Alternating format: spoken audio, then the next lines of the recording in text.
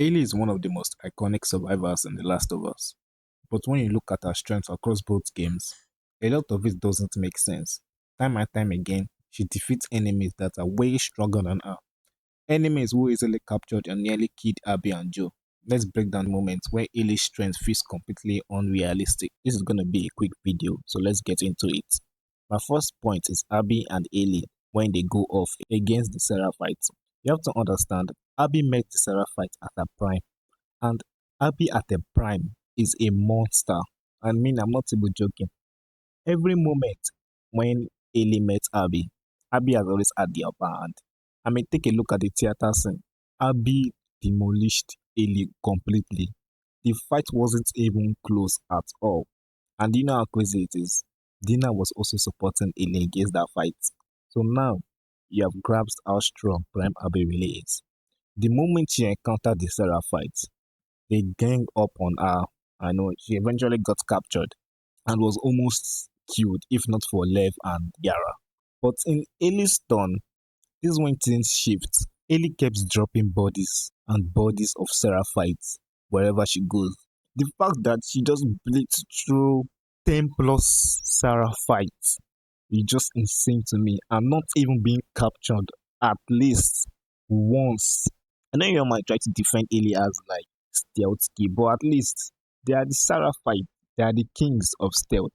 So there's no justification that you tell me I'll be being captured by Seraphite. At least once they could have done the same to Ellie. And another point I would love to mention was against the Rattlers.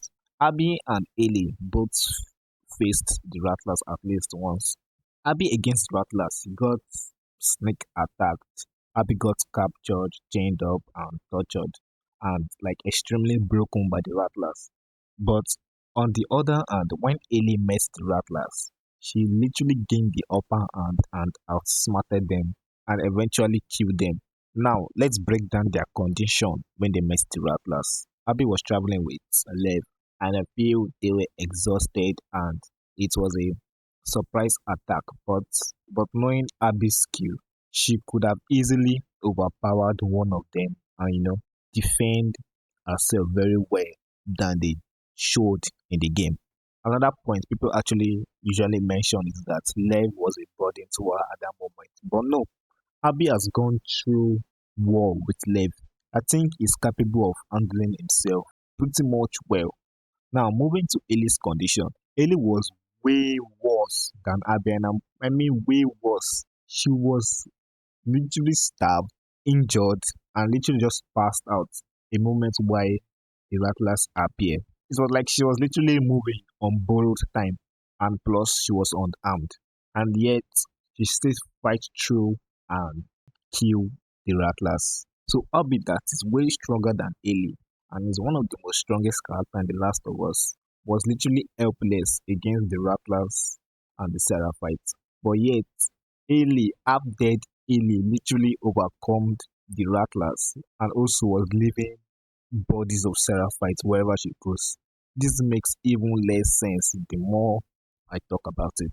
So when you line this up, Ellie's strength clearly doesn't follow the same logic as everyone else. Abyss and even all other characters all have limits. They get captured, beaten, or nearly killed, but Ellie, she seems untouchable no matter how weak or injured she is. And that is where her character breaks realism in The Last of Us. So what do you think? Is it just adrenaline or survival instinct or plot hole in this series or even plot armor?